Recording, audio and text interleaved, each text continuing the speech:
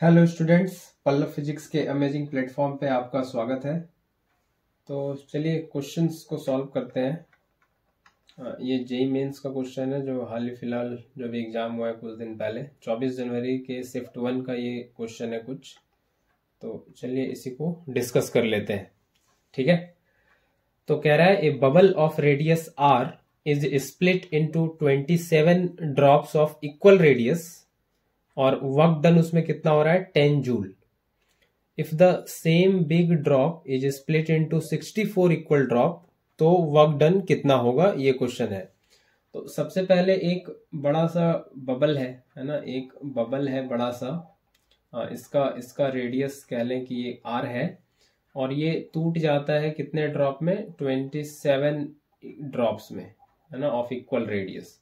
तो इस तरह का बहुत सारा है ना, तो एक ड्रॉप बना रहे हैं 27 ड्रॉप में से एक ड्रॉप कुछ ऐसे है। ये कुछ स्मॉल आर रेडियस का, ऐसे इसको कह सकते हैं। ठीक है, ये इस तरह से हो रहा है। तो ऐसे केस में सबसे पहले ये बात ध्यान रखें कि जब कोई ये बड़ा सा ड्रॉप बहुत सारे ड्रॉप में टूटेगा तो क्या नहीं बदलेगा, वॉल्यूम नहीं बदलेगा, है ना। जितना वॉल्यूम एक अकेले इस बड़े ड्रॉप का था उतना ही वॉल्यूम टोटल, ये टोटल जो 27 ड्रॉप में बनने वाला है सबका वॉल्यूम मिला के उतना ही होगा जितना इस अकेले ड्रॉप का था, है कि नहीं।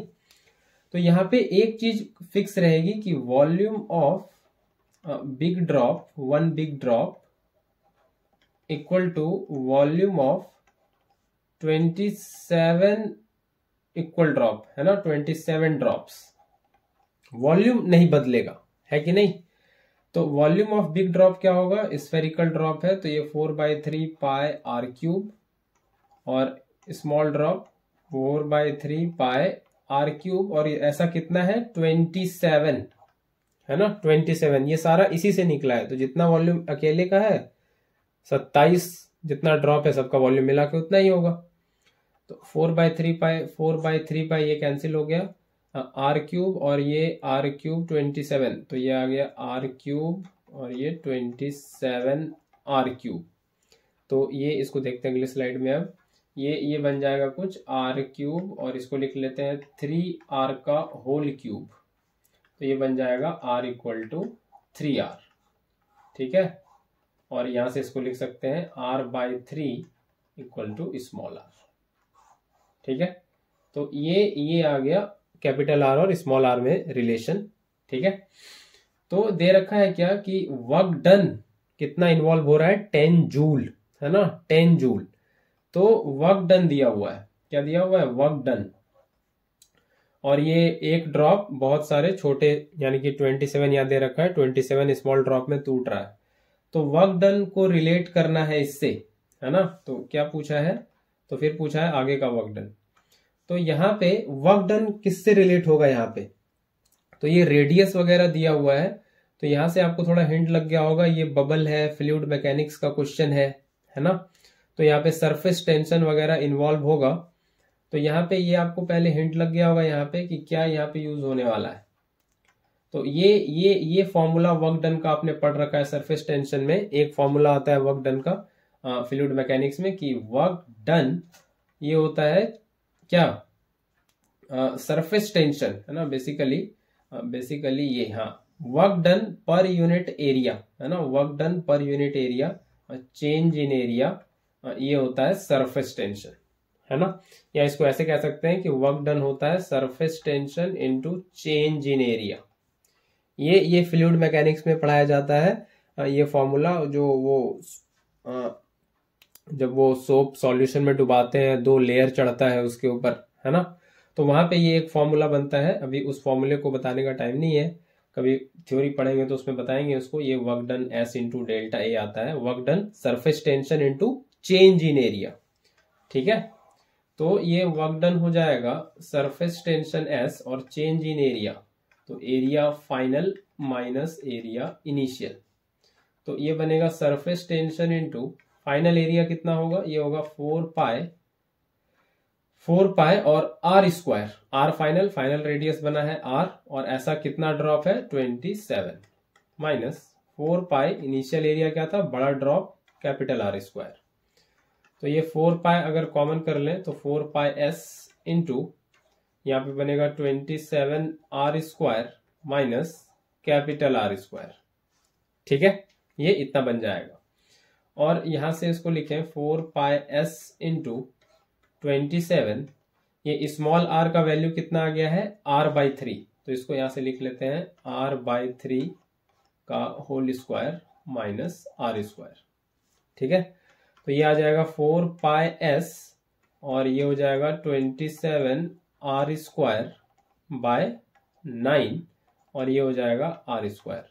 तो ये 9 3 जा 27, 3r में 1r तो 2r², तो 4 पाई एस इंटू 2r²। ये वर्क डन पहले केस में आ रहा है।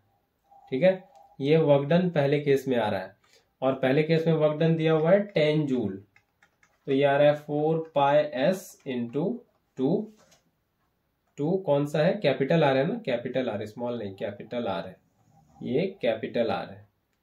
तो ये हो गया 4 पाई एस इंटू 2 कैपिटल R² है ना। ये आ जाने वाला है इसमें। ठीक है, ये आ जाने वाला है। इसको कह देते हैं इक्वेशन 1। आगे चलते हैं और अगला सब देखते हैं। अगला क्या है, if the same big drop is split into 64 equal drop the work done is. तो वही सेम ड्रॉप है, इस बार 64 में तोड़ा गया है, तो और साइज क्या हो जाएगा, और साइज हो जाएगा छोटा, नहीं और साइज छोटा हो जाएगा। तो इस बार क्या है, ये जो बड़ा सा ड्रॉप था ये r रेडियस का, इसको तोड़ दिया गया है 64 इक्वल ड्रॉप में, तो एक ड्रॉप उसका ले रहे हैं। इसका साइज इस बार और छोटा होगा, तो वही सेम रेडियस नहीं ले सकते जो पहले वाले केस में लिए थे, क्योंकि वहां पे 27 ही था, यहाँ पे 64 है, तो और छोटा होगा। तो इसको इस रेडियस को यहाँ पे कह देते हैं r' इस बार। ठीक है, r'। तो वॉल्यूम तो सेम रहेगा, है ना, 4/3 पाई r³ जितना वॉल्यूम इसका है उतना ही वॉल्यूम 4/3 r' का क्यूब, और ऐसे 64 ड्रॉप का आने वाला है। तो ये 4/3 पाई कैंसिल हो जाएगा, r³ बनेगा 4r' का होल क्यूब, और ये बनेगा r = 4r', है ना, r = 4r'। ये इस बार बन जाएगा।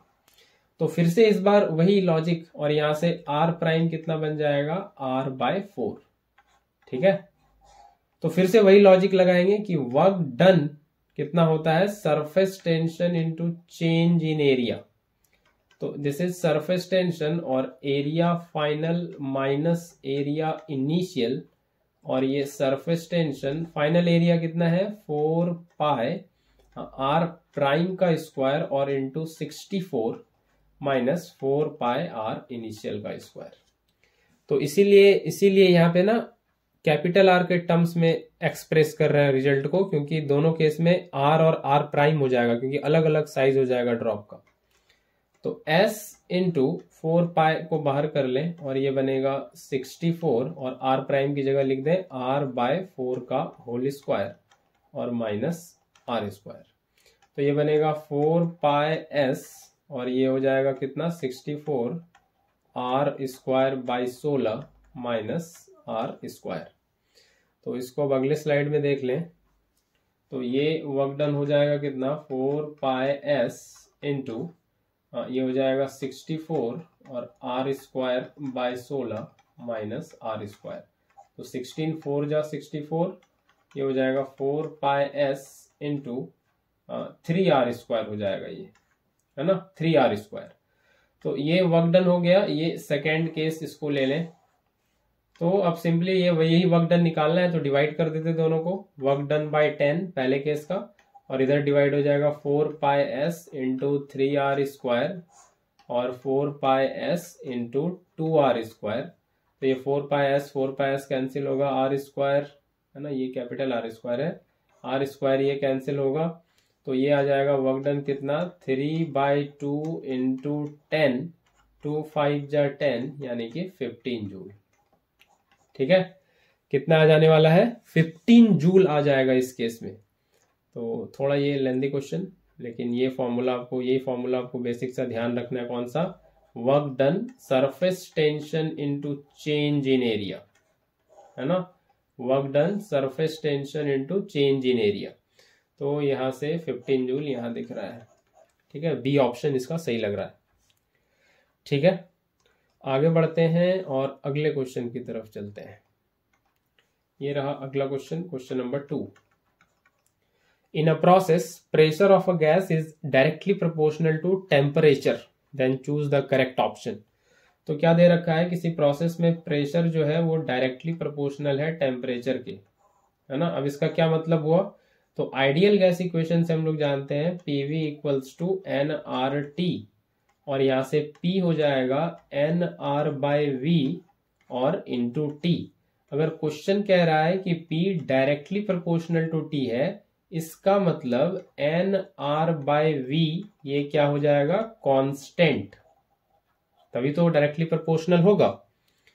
तो N तो नंबर ऑफ मोल है, ये तो फिक्स है। R यूनिवर्सल गैस कांस्टेंट है, ये भी फिक्स है। V भी अगर फिक्स होगा तभी पूरा कांस्टेंट होगा। यहां से NR/V कांस्टेंट है, तभी तो P directly proportional to T होगा। तो इसका मतलब कि V जो है ये भी कांस्टेंट है, और अगर ये कांस्टेंट है तो प्रोसेस क्या कहलाता है, आइसोकोरिक प्रोसेस। वॉल्यूम में कोई चेंज नहीं, आइसोकोरिक प्रोसेस। और अगर आइसोकोरिक प्रोसेस है तो चेंज इन वॉल्यूम क्या होगा, 0। और अगर चेंज इन वॉल्यूम 0 होगा तो वर्क डन क्या होगा, 0, क्योंकि वर्क डन क्या होता है, वर्क डन होता है P डेल्टा V। तो चेंज इन वॉल्यूम 0 है तो वर्क डन को क्या होना पड़ेगा, 0। तो वर्क डन भी 0 और डेल्टा V भी 0। तो यहां से सबसे पहला ऑप्शन ए सही लग रहा है, प्रोसेस आइसोकोरिक, वर्क डन 0। अब ये सी ऑप्शन चेक कर लेते हैं, internal energy increases with increase in temperature. बिल्कुल, इंटरनल एनर्जी इंक्रीज करेगा विथ इंक्रीज इन टेम्परेचर। तो इंटरनल एनर्जी क्या होता है, delta U NCV delta T, ये होता है। तो नंबर ऑफ मोल कांस्टेंट है, यहाँ पे वॉल्यूम कांस्टेंट है, तो उस गैस का specific heat at constant volume ये कुछ वैल्यू होगा, ये भी कांस्टेंट। तो डेल्टा U यहां से दिख रहा है directly proportional to change in temperature. तो क्या क्या था, थर्ड ऑप्शन क्या था, internal energy increases with increase in temperature. तो ये delta T change in temperature होगा तो इंटरनल एनर्जी में भी चेंज आएगा, ये इंक्रीज करेगा तो डेल्टा U भी इंक्रीज करेगा, है ना। तो बिल्कुल तीसरा ऑप्शन भी सही लग रहा है, ये तीसरा स्टेटमेंट। ABC तीनों सही है। ये कहां दिया हुआ है, सी ऑप्शन में, ये दिया हुआ है सी ऑप्शन में। A, B and C are correct, है ना, तीनों सही है।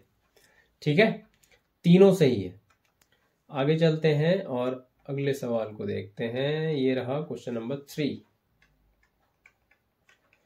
तो a water bubble at a depth of 20 centimetre and radius of bubble is 1 centimetre. If the inner pressure of the bubble is greater than the atmospheric pressure by 2100 Newton per meter square, then find the surface tension. तो क्या कह रहा है, ये इस तरह से कुछ बात है कि ये यहाँ पे ये एक कंटेनर है ना, और इसमें ये लिक्विड है, जो भी है वाटर है। ठीक है, ये यहाँ पे कहीं सोप बबल है, ये इसको कह लें कुछ कि ये जो ऊपर इसमें पानी भरा हुआ है ना, ये डेप्थ जहाँ पे है, मतलब यहाँ से, है ना, ये यहाँ से जहाँ पे सोप बबल है, सोप बबल नहीं, जो भी वाटर बबल है, ये जो जितने डेप्थ पे है, ये वाला डेप्थ, ये H है ना, ये H कह लें इसको, ये कितना है, ये है 20 सेंटीमीटर, है ना। ये H का वैल्यू दिया हुआ है 20 सेंटीमीटर। ठीक है, H कितना है, 20 सेंटीमीटर। हाँ, इसको मीटर कर सकते हैं, 20/100 ये मीटर हो जाएगा, ये हो जाएगा 0.2 मीटर। ठीक है, और इस बबल का रेडियस है ना, इस बबल का रेडियस इसको R कह लें, तो ये है 1 सेंटीमीटर, है ना। 1 सेंटीमीटर मतलब 1/100 यानी कि 0.01 मीटर, है ना। ये इतना रेडियस हो जाएगा। ठीक है, ये इतनी बात पहले समझ आई। आगे है pressure, bubble inner pressure atmospheric से ज्यादा है कितना, 2100 न्यूटन पर मीटर स्क्वायर। मतलब इस तरह से कि ये जो बबल है इसको बाहर निकाल के बनाए, इसके अंदर का प्रेशर कुछ कह लें P, और ये बाहर का कुछ है एटमॉस्फेरिक प्रेशर P0। तो ये P माइनस P0 ये कितना है, ये है 2100 न्यूटन पर मीटर स्क्वायर। ठीक है, ये है इतना, ये दिया हुआ है। तो बोला है सरफेस टेंशन कितना होगा, है ना, सरफेस टेंशन कितना होगा। अब यहाँ पे कुछ लोग गड़बड़ी में ये गलती करके शायद आए होंगे, इसको ऐसे समझ लिए होंगे कि ये सोप बबल है, ये प्रेशर है, ये पी नॉट है, तो एक्सेस प्रेशर का जो फॉर्मूला होता है P minus P not by 2S/R, ये लगा के चले आए होंगे। ये यहाँ पे फॉर्मूला लगा के S लगा के, यही हो गया यहाँ पे गलत, है ना, ये हो गया यहीं पे गलत। ये बात तब होती है जब किसी बबल की बात करते हैं हम, जब वो इस तरह से लिक्विड में डूबा हुआ नहीं होता, है ना। हम सिंपली एक वाटर बबल की बात कर रहे होते हैं और उसके इंटरनल ये जो इनर प्रेशर है और एटमॉस्फेरिक प्रेशर है, इसके बीच में ऐसे बात करते हैं। लेकिन यहाँ पे मामला कुछ और भी है ना, यहाँ पे मामला कुछ और है। यहाँ पे क्या बात है कि ये जो बबल है ये पानी के अंदर है ना, ये पानी के अंदर है। तो इस बबल के अंदर का प्रेशर P तो है, ये बात बहुत बढ़िया है, लेकिन यहाँ पे बाहर का जो प्रेशर है ये सिर्फ एटमॉस्फेरिक नहीं है, यहाँ पे इसके ऊपर जो ये वाटर कॉलम है H हाइट का, वो भी प्रेशर है बाहर में, है ना। ये जो वाटर कॉलम का प्रेशर है इस बबल के ऊपर, वो भी कंसीडर करना होगा। मतलब यहाँ पे ये सिनेरियो है कि ये अंदर का प्रेशर P, बाहर का P नॉट, और इस पे जो प्रेशर लग रहा है वाटर कॉलम का, वो भी लेना होगा। और वो कितना होता है, वो होता है ρGH, है ना। ये ρGH ये होता है प्रेशर वाटर कॉलम का जो इस पे लग रहा है, ठीक है, जो इस पे लग रहा है वाटर कॉलम का प्रेशर ये होता है। तो यहां पे जो बनेगा, तो बाहर से दो प्रेशर है P नॉट और ρGH, है ना, ये वाटर कॉलम का भी प्रेशर है एटमॉस्फेरिक के अलावा। तो अंदर वाला प्रेशर तो P ठीक है, लेकिन यहाँ पे ऐसा हालात है, यहाँ पे ये हालात है कि P माइनस सिर्फ P नॉट नहीं होगा, यहाँ पे होगा P नॉट प्लस ρGH इस बार होगा। ये है एक्सेस प्रेशर 2S/R। इस बार ये सिचुएशन है, ठीक है, इस बार ये सिचुएशन है। और फिर यहां से ये बनेगा P minus P not minus ρGH, और ये 2S/R। R ही लिए है ना शुरू से हम, स्मॉल r लिए हैं, तो कोई बात नहीं, यही इसको कैपिटल R कर देते हैं, क्योंकि उधर काफी बार कैपिटल R लिख दिए, तो इसी को हम कैपिटल R लिख देते हैं, ठीक है, इसी को कैपिटल R लिख लेते हैं। तो ये बात समझ में आया। यहाँ पे ये वाटर कॉलम भी है इसके ऊपर, हम लोग जनरली पढ़ते हैं वाटर कॉलम ऊपर नहीं है, ऊपर वाले सरफेस का ये ले लेते हैं, या कोई भी एक मॉलिक्यूल ले लिए, बबल ले लिए, बस उसकी बात करते हैं। लेकिन यहाँ पे इसको ऐसे उलझाया इस बार, इसको पानी के अंदर रखा, तो पानी के अंदर रखा तो बाहर का प्रेशर सिर्फ P नॉट नहीं होगा, ये जो वाटर कॉलम इसके ऊपर है H हाइट का, ये भी प्रेशर क्रिएट करेगा, ये ρGH, ये भी लेना होगा। तो ये P और ये बाहर का प्रेशर, ये इस बार एक्सेस प्रेशर है, ठीक है, ये है इस बार एक्सेस प्रेशर। तो P minus P not minus ρGH 2S/R, और P माइनस पी नॉट कितना दिया है 2100 माइनस ρGH, वाटर का डेंसिटी 1000, G का वैल्यू 10, और हाइट कितना है, हाइट है 0.2, और इधर कितना है 2S, S तो निकालना ही है सरफेस टेंशन, और रेडियस कितना है 0.1। तो इस बारी ये दिया हुआ है, ठीक है। तो यहां से ये डेसिमल हटाएंगे तो ये 0 हटेगा, तो ये बनेगा 2000, है ना, ये यहां कर लेते हैं, ये बनेगा 2100 माइनस 2000, और ये बनेगा 2S/0.1। तो 2100 में 2000 जाएगा तो 100 बचेगा, और इंटू क्रॉस मल्टीप्लीकेशन 0.1/2, और ये आएगा सरफेस टेंशन। डेसिमल हटेगा, ये भी हट जाएगा, 2 5 जा 10 आ जाएगा, ठीक है, 2 5 जा 10 आ जाएगा। तो सरफेस टेंशन यहाँ आ रहा है 5, है ना, सरफेस टेंशन 5 आ रहा है, न्यूटन पर मीटर होता है ना। सरफेस टेंशन क्या होता है, फोर्स पर यूनिट लेंथ, है ना, F/L, तो न्यूटन पर मीटर, न्यूटन पर मीटर, ये बनेगा सरफेस टेंशन का रिजल्ट यहाँ पे 5 न्यूटन पर मीटर। तो ये यहाँ पे थोड़ा ध्यान रखना था कि ये सीधा सीधा P माइनस पी नॉट नहीं है, ρGH भी है, ठीक है। तो इसका आंसर जो है वही 5 न्यूटन पर मीटर ये बनना चाहिए था, ठीक है। आई होप ये यहाँ पे 0.01 है ना, अच्छा, ये थोड़ा करेक्ट कर लेना है यहाँ पे, ये रेडियस 0.01 है, ठीक है, ये रेडियस 0.01 है। तो डेसिमल हटाएंगे तो 2 जीरो आएगा नीचे, तो 1 जीरो और आएगा, तो 5/10 ना ये 0.5 हो जाएगा। थोड़ा थोड़ा सही कर लेना है यहाँ पे, ये 0.5 हो जाएगा। ये रेडियस 0.01 है, 0.1 नहीं है सिर्फ, ठीक है। तो ये 0.5 न्यूटन पर मीटर ये हो जाने वाला है। आगे बढ़ते हैं अगले क्वेश्चन की तरफ। क्वेश्चन नंबर 4 देखते हैं। For an ideal monoatomic gas undergoing an isobaric process, the ratio of delta Q by delta U। तो सबसे पहले दिया हुआ है monoatomic gas. Monoatomic gas, monoatomic gas क्या है? ये वो गैस जिसका डिग्री ऑफ फ्रीडम कितना होता है? 3, और तीनों क्या है? सिर्फ ट्रांसलेशनल, है ना। ये होता है डिग्री ऑफ फ्रीडम मोनोएटॉमिक के लिए, ठीक है। तो आइसोबेरिक प्रोसेस है तो P क्या होगा? कांस्टेंट, है ना, आइसोबेरिक प्रोसेस के लिए, ठीक है। तो हमको निकालना है डेल्टा क्यू और डेल्टा यू का रेशियो। तो डेल्टा क्यू कांस्टेंट प्रेशर है, तो ये क्या बनेगा? ये बनेगा NCP delta T. Constant pressure पे CP यूज करेंगे, NCP डेल्टा टी, है ना, ये यूज करेंगे। अब यहाँ पे ये डिग्री ऑफ फ्रीडम F दिया हुआ है 3, है ना, ये 3 दिया हुआ है, और डेल्टा U ये जो हम यूज करेंगे ये होगा NCV डेल्टा टी, यही होता है।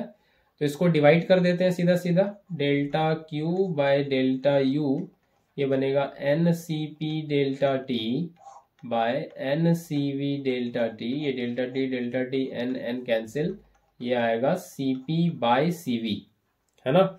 ये क्या बनेगा? CP बाय CV, ठीक है।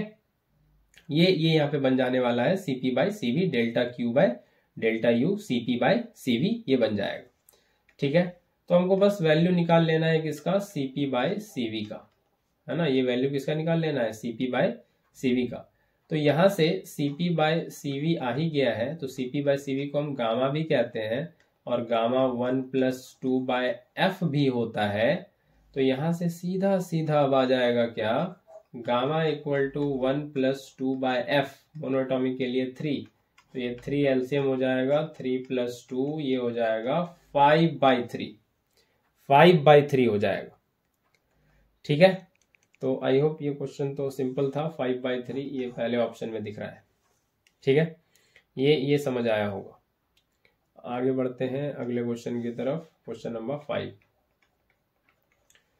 Satellite A is launched in a circular orbit of radius r, और satellite B is launched in a circular orbit of radius 1.03 r. Time period of B is greater than A by approximately। तो ये percentage में दिया हुआ है, percentage change basically कह लें कि B का टाइम पीरियड A से कितना ज्यादा है परसेंटेज में। तो इसका बेसिकली मतलब ये है कि ये जो ऑप्शन है इसका मतलब ये कैलकुलेट करने बोल रहा है कि टाइम पीरियड B का माइनस टाइम पीरियड A का कितना ज्यादा है, और परसेंटेज चेंज। तो परसेंटेज ऐसे निकालते हैं कि ओरिजिनल से कंपेयर करके फिर 100%, है ना। ये सॉल्व करके ऑप्शन में दिया हुआ है। चेंज इन टाइम पीरियड, तो B का पता चल जाएगा A से कितना ज्यादा है और कितने से ज्यादा है, तो A से वापस कंपेयर करते हैं ना, A से कितना ज्यादा है, कितना ज्यादा है और A से कितना ज्यादा है ना, ये कंपेयर करते हैं TB minus TA by TA। तो इसको कह सकते हैं डेल्टा T, है ना, change in time period by T into 100%। तो हमको इवेलुएट तो ये करना है, B का टाइम पीरियड A से कितना ज्यादा है, परसेंटेज में बताना है। तो ये ऐसे काम करना पड़ेगा पूरा। तो चलिए यूज कर लेते हैं क्या। तो हमको एक बात पता है कि square of time period is directly proportional two cube of, है ना, क्यूब ऑफ रेडियस, है ना, ये हो जाता है सर्कुलर ऑर्बिट के लिए। तो square of time period proportional two cube of ये रेडियस ऑफ द ऑर्बिट, यही होता है, ठीक है। तो यहां से प्रोपोर्शनलिटी हटाएंगे तो एक आएगा कांस्टेंट कुछ, चलिए के कह लेते हैं उसको, और ये r3, ठीक है। यहां से अब एक काम कर लेते हैं क्या, नेचुरल लॉग ले लेते हैं दोनों साइड, है ना। यहां से सीधा सीधा डिफरेंशिएट करने से थोड़ा कॉम्प्लिकेटेड होगा, तो एक काम करते थोड़ा इसको और आसान बनाते हैं, क्या करते हैं, नेचुरल लॉग ले लेते हैं। तो taking natural log both side, है ना, taking natural log both side, तो यहां से हो जाएगा ये ln t स्क्वायर और ये ln k r क्यूब, तो ये बनेगा 2 ln t और ये बनेगा ln k plus ln r cube. ये लॉग का प्रॉपर्टी है। 2 ln t और ये बनेगा ln k और ये हो जाएगा 3 ln r। ठीक है, 3 ln r। ये यहां तक आ गया। अब एक काम कर लेते हैं, हमको डेल्टा टी बाई टी चाहिए, तो एक आसान सा तरीका से वो आ जाएगा, इसको डिफरेंशिएट कर लेना पड़ेगा। इसको डिफरेंशिएट कर लेते हैं, है ना, डिफरेंशिएटिंग वी गेट, तो ये हो जाएगा 2। लॉग का डिफरेंशिएशन क्या होगा, पहले 1/t, है ना, ये 1/t और फिर t का डिफरेंशिएशन डेल्टा टी, और इधर ये तो कांस्टेंट है, ये 0 हो जाएगा, +3, ये फिर से 1/r और फिर से r का डिफरेंशिएशन डेल्टा r।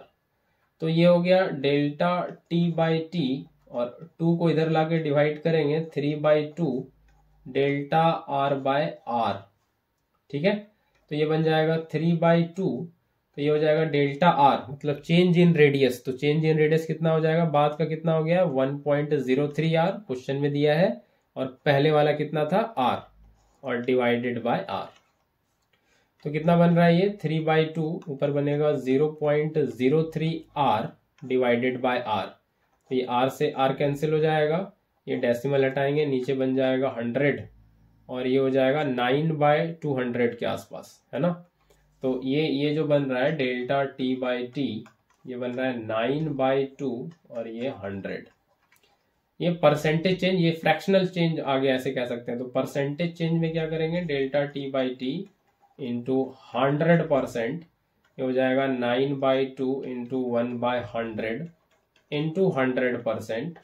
तो ये 100 कैंसिल हो जाएगा, ये हो जाएगा 4.5%। ठीक है, तो यही इन अ सेंस आ गया क्या, TB minus TA by TA और इंटू 100%। ठीक है, ये रिजल्ट आ गया 4.5%। ठीक है, 4.5%। तो यही है, टाइम पीरियड निकालना पड़ेगा, ऐसे आपको ऐसे करना था इस क्वेश्चन में। ये 4.5%, ये तरीका सबसे सही रहेगा, अदरवाइज आप डायरेक्ट करने में उलझ सकते हैं इसके क्वेश्चन में। तो सबसे आसान सा तरीका ये रहेगा कि यहाँ पे नेचुरल लॉग ले लेना है और डिफरेंशिएट कर देना है, ये थोड़ा काम आसान कर देगा, है ना। तो ठीक है, चलिए, तो ये तो आता ही है, केपलर्स लॉ में पढ़ते हैं ये t² वाला रिलेशन टाइम पीरियड का। तो ठीक है, फिर आगे बढ़ते हैं और अगले क्वेश्चन पे चलते हैं। ये रहा क्वेश्चन नंबर 6 क्वेश्चन नंबर देख लेते हैं। A force is given by F equal to A plus B x का square where A equals to 1 if the displacement of the object is 1 metre and the work done is 10 joule, then find the value of B। तो सबसे पहले यहाँ पे ये दिख गया होगा कि ये जो फोर्स है A प्लस B x का स्क्वायर, ये जो फोर्स है ये x पे डिपेंड कर रहा है ना, x डिपेंडेंट फोर्स है, x डिपेंडेंट, मतलब x बदलता जाएगा तो फोर्स भी बदलता जाएगा। मतलब कह सकते हैं ये फोर्स कैसा है, वेरिएबल, है ना, ये फोर्स कैसा है, वेरिएबल। और यहां हमको दे रखा है वर्क डन इस फोर्स के द्वारा जो होता है 10 जूल, है ना, और इसमें जो कांस्टेंट यूज हुआ है A, उसका वैल्यू दिया हुआ है 1 मीटर, मीटर नहीं बस 1 दिया हुआ है, मतलब वो कांस्टेंट है, A का वैल्यू दिया हुआ है 1। और ऑब्जेक्ट का जो डिस्प्लेसमेंट है x जो है वो कितना है 1 मीटर, है ना। तो वर्क डन 10 जूल है, तो B का वैल्यू पूछा है। तो ये वेरिएबल फोर्स है, कांस्टेंट फोर्स नहीं जो सीधा सीधा F.x लगा दे, ये वेरिएबल फोर्स है। तो यहाँ पे आपको दूसरा तरीका जो सीखे हैं वेरिएबल फोर्स के केस में, इंटीग्रेशन की मदद लेनी पड़ेगी, और यहाँ पे होगा वर्क डन F.dx और ये इंटीग्रेशन लेना होगा, है ना, ये क्या लेना होगा, इंटीग्रेशन। ठीक है, और ये वर्क डन कहां से कहां तक इंटीग्रेशन लेंगे, है ना, वो भी देखें। तो फोर्स दिया हुआ है A प्लस बी एक्स का स्क्वायर, है ना, और ये dx, ये dx। ठीक है, ये इंटीग्रेशन कहां से कहां तक लेंगे, ये पहले क्लियर होना चाहिए ये इंटीग्रेशन कहाँ से कहाँ तक लेना है, ठीक है, ये इंटीग्रेशन कहाँ से कहाँ तक लेना है। तो कहाँ से कितना डिस्प्लेसमेंट हो रहा है, बॉडी का डिस्प्लेसमेंट हो रहा है 1 मीटर, है ना, 1 मीटर डिस्प्लेसमेंट हो रहा है। तो यहाँ से इसको कह सकते हैं कि इनिशियली, है ना, x इक्वल टू 0 से x इक्वल टू 1 तक गया, है ना, 1 मीटर का डिस्प्लेसमेंट है, तो ठीक है। तो यहाँ पे इसको क्या देते हैं कि x इक्वल टू 0 से x इक्वल टू 1 तक, है ना, डिस्प्लेसमेंट कितना हुआ है 1 मीटर का, तो x इक्वल टू 0 से x इक्वल टू 1 तक ये डिस्प्लेसमेंट होगा, है ना। और a जो कांस्टेंट है इसका वैल्यू 1 दिया हुआ है ना, इसका वैल्यू 1 ये दिया हुआ है, वेर a इक्वल टू 1, है ना, ये दे रखा है। तो अब सीधा सीधा इसको इंटीग्रेट करेंगे, है ना, सीधा सीधा क्या करेंगे इंटीग्रेट, तो a dx ये पहले बनेगा और फिर b x स्क्वायर dx ये इंटीग्रेट करेंगे, तो ये इंटीग्रेशन ये भी 0 से 1 और ये भी 0 से 1, तो ये यहां से कितना आ जाएगा ax और इसका लिमिट होगा 0 से 1 और ये b x क्यूब बाई 3 इसका भी लिमिट होगा 0 से 1, है ना। तो ये हो जाएगा a 1 माइनस 0 और ये हो जाएगा b 1 बाई 3, ये क्यूब होगा तो 1 ही रहेगा, माइनस 0 क्यूब बाई 3, तो ये आ जाएगा a प्लस बी बाई 3, ये आंसर आ रहा है a प्लस बी बाई 3 और a का वैल्यू दिया हुआ है 1, है ना, और वर्क डन कितना दिया हुआ है, वर्क डन दिया हुआ है 10 जूल और ये आया है a प्लस बी बाई 3 और ये आ गया 10 जूल, तो a 1 है और ये b बाई 3 है और ये 10 है, तो b बाई 3 कितना हो जाएगा 10 माइनस 1, तो b बाई 3 हो जाएगा 9 और b का वैल्यू कितना हो जाएगा 9 इंटू 3 इक्वल टू 27, ठीक है। तो b का वैल्यू कितना आ रहा है 27 आ रहा है ना, b का वैल्यू 27 आ रहा है, b का वैल्यू 27 आ रहा है, सी ऑप्शन यहाँ पे दिख रहा है ना, सी ऑप्शन यहाँ पे दिख रहा है बिल्कुल, ठीक है। तो यही रिजल्ट इसमें हो जाएगा। तो ये वेरिएबल फोर्स का वर्क डन है, इंटीग्रेट करना था x मतलब इंटीग्रेट करना पड़ेगा, डिस्प्लेसमेंट 1 मीटर है ना, ये क्या दे रखा है, ये डिस्प्लेसमेंट दे रखा था 1 मीटर, a का वैल्यू 1 है, बॉडी का डिस्प्लेसमेंट 1 मीटर है और वर्क डन 10 जूल है, तो b का वैल्यू पूछा है ना, b का वैल्यू पूछा है इस बार, ठीक है। आई होप ये क्वेश्चन आपको समझ आया होगा, ठीक है। तो आगे बढ़ जाते हैं और अगले क्वेश्चन को देख लेते हैं, है ना, अगले क्वेश्चन पे चलते हैं और अगला क्वेश्चन है ये 7 number. A body of mass m is projected with an initial velocity v naught at an angle of 45 degree to the horizontal in xy plane. Find the angular momentum of the body at the highest point with respect to the point of projection, है ना। तो ये projectile डाला हुआ है question में और angular momentum पूछा है, ये प्रोजेक्टाइल कह लें कुछ इस तरह से, और ये पॉइंट ऑफ थ्रो है ना, ये कुछ एंगल पे थीटा, ये कितना है 45 डिग्री और कितना वेलोसिटी से, ये है v नॉट, है ना, ये v नॉट। तो एक्स वाई प्लेन में तो यही कह लेते हैं कि ये x है और ये वाला y है ना, तो एक्स वाई प्लेन हो गया। फाइंड द एंगुलर मोमेंटम, तो एंगुलर मोमेंटम क्या होता है L और ये क्या होता है r क्रॉस p, ये रोटेशन चैप्टर में आपने पढ़ रखा है r क्रॉस p। तो यहाँ से ये क्या हो जाएगा r और ये m और v नॉट, है ना, ये क्या हो जाएगा v not, m v not, है ना। तो ये हो गया ये इस तरह से, ये तो इनिशियल वेलोसिटी है, हमको यहाँ पे बेसिकली v निकालना पड़ेगा, कहाँ पे बोला है हाईएस्ट पॉइंट पे, है ना, हाईएस्ट पॉइंट पे। तो यहाँ पे v नॉट नहीं लिखेंगे, v तो इनिशियल हो जाएगा, है ना, v नॉट तो इनिशियल हो जाएगा, यहाँ पे हमको कुछ और वैल्यू लेना पड़ेगा, v लेना पड़ेगा, है ना। यहाँ पे क्या लेना पड़ेगा v, ये r क्रॉस m v ये लेना पड़ेगा। तो L यहाँ से हो जाएगा, m बाहर कर ले कांस्टेंट है, तो ये हो जाएगा r क्रॉस v और ये r और v ये दोनों कहाँ पे डिफाइन करना है, ये हमको डिफाइन करना है हाईएस्ट पॉइंट पे, है ना, हाईएस्ट पॉइंट पे, जब प्रोजेक्टाइल मोशन में हाईएस्ट पॉइंट पे रहेगा, है ना, तो इसी को कह लें एच मैक्स, है ना। ये जब हाईएस्ट पॉइंट यहाँ पे रहेगा पार्टिकल, इस जगह पे हाईएस्ट पॉइंट पे, तो पूछा है कि वहां पे वेलोसिटी क्या है।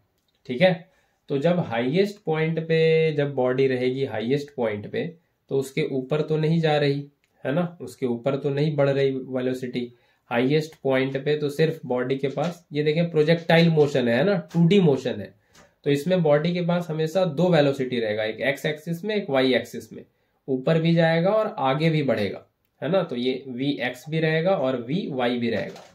लेकिन ये आगे बढ़ते बढ़ते ऊपर जाते जाते एक हाइट पहुंचता है मैक्सिमम हाइट, उसके बाद यहां से ये ऊपर नहीं बढ़ रहा, इसका मतलब ये वी वाई जीरो है, सिर्फ वहां पे वी एक्स है ना, सिर्फ वी एक्स है हॉरिजॉन्टल डायरेक्शन में। और ये कितना है, ये है कॉस थीटा वाला, है ना, कॉस थीटा वाला। तो ये वी नॉट कॉस थीटा, और वो कितना है 45, तो ये हो जाएगा we nought by root two. Cos 45 कितना होता है 1/√2। तो हाईएस्ट पॉइंट पे V nought by root two, ये वेलोसिटी बनेगा। तो ये v का तो पता चल गया, V nought by root two ये बनेगा, है ना। तो ये जो फॉर्मूला है L का R क्रॉस V, है ना, ये कितना बनेगा V nought by root two. ठीक है, ये इतना बनेगा। और R जो है, R कितना बन रहा है, ये यहाँ पे पोजीशन वेक्टर, है ना, ये पोजीशन वेक्टर कितना बन रहा है, ये भी देखना पड़ेगा। तो ये तो पता चल गया कि यहाँ पे सिर्फ ये हॉरिजॉन्टल वाला जो v है ना, ये हॉरिजॉन्टल वाला जो v है we nought by root two, बस यही बन रहा है ना, बस यही बन रहा है और कुछ भी नहीं बन रहा। अब यहाँ पे पोजीशन वेक्टर देख लेते हैं, ये कितना बनेगा मैक्सिमम हाइट, है ना, यहाँ पे इसका जो पोजीशन डिफाइन करेंगे वो कितना बन रहा है, आर वेक्टर कितना बनेगा। तो आर वेक्टर कितना बनेगा, जो मैक्सिमम हाइट पे होता है पोजीशन का वैल्यू, वही वो कैसे निकालते हैं मैक्सिमम हाइट पे, तो वो हो जाता है कितना मैक्सिमम हाइट पे, ये आर जो होता है मैक्सिमम हाइट पे, जो एच मैक्स हम लोग निकालते हैं, है ना, आर मैक्सिमम हाइट पे क्या होगा एच मैक्स जो हम लोग निकालते हैं, वो क्या होता है एच मैक्स होता है यू वाई स्क्वायर, और क्या होता है sign square theta by 2g, है ना। यही होता है मैक्सिमम हाइट पे पोजीशन, मैक्सिमम हाइट जो निकालते हैं यही निकालते हैं। तो मैक्सिमम हाइट पे मतलब मैक्सिमम हाइट पे पोजीशन बताएंगे तो क्या बताएंगे, यही बताएंगे, है ना। तो यू वाई स्क्वायर ये कितना है, ये है वी नॉट, है ना। यू वाई क्या होता है U sine theta, U Y क्या होगा यू साइन थीटा, मतलब वी नॉट साइन थीटा, है ना, यही होगा। तो ये यहां से हो जाएगा ये हाँ ठीक है, यू वाई, तो यू वाई तो यही होगा वी नॉट, है ना, वी नॉट साइन थीटा, है ना, साइन थीटा। ठीक है, तो ये ठीक है, ये H max u y square by 2g। अच्छा ये पूरा ही हम लिख दिए, है ना, ये पूरा ही हम एक ही बार, अच्छा यू वाई भी लिख दिए साइन भी लिख दिए, ये यहाँ पे गड़बड़ हुआ है थोड़ा, you square sine square theta, है ना, तो यहाँ पे ये फॉर्मूला ही गलत हो गया है, वही सोच रहे साइन 3 बार कैसे आ जाएगा, नहीं, तो यहाँ पे यही गड़बड़ हो गया। यहाँ पे ये लिखना है u, है ना, यू वाई का स्क्वायर और बाय 2g। यू वाई होता है we not sine theta, u sine theta, यहाँ पे यू मेरा वी नॉट है, तो v naught square sine square theta by 2g। तो ये हो जाएगा वी नॉट स्क्वायर और साइन स्क्वायर 45 बाय 2g, ये आ जाएगा। और एच मैक्स ये कितना आ जाएगा, ये आ जाएगा वी नॉट स्क्वायर साइन 45 1/√2, तो √2 का स्क्वायर 2 हो जाएगा और नीचे 2g, तो ये बनेगा V naught square by 4g। ठीक है 4g, तो यहाँ पे बस वैल्यू रखेंगे v naught square by 4g, m भी इसके साथ कैरी हो रहा है, और इधर वी नॉट बाय √2 तो है ही, तो ये आ जाएगा एम वी नॉट क्यूब, है ना, और ये हो जाएगा 4√2 इंटू जी। तो ये जिस ऑप्शन में है ये सही होने वाला है, जिस भी ऑप्शन में है ये, है ना, m v naught cube by 4√2g। ठीक है, m b naught cube by 4√2g, ये जिस भी ऑप्शन में है यही सही होगा। ठीक है, तो ये यूज करना था इस क्वेश्चन में, है ना। तो आगे बढ़ते हैं और अगले क्वेश्चन को देखें। अगला क्वेश्चन कुछ है क्या, क्वेश्चन नंबर 8, इसको लेंगे अब अगले लेक्चर में, है ना। कर ही लिया होगा आपने होपफुली। इसको अब आगे की स्लाइड में लेंगे, अगले सेशन में लेंगे इसको, ठीक है। तो यहीं तक रखते हैं आज, ठीक है, यहीं तक रखते हैं। आई होप सारा क्वेश्चन आपको समझ में आया होगा। चलिए मिलते हैं फिर अगले लेक्चर में।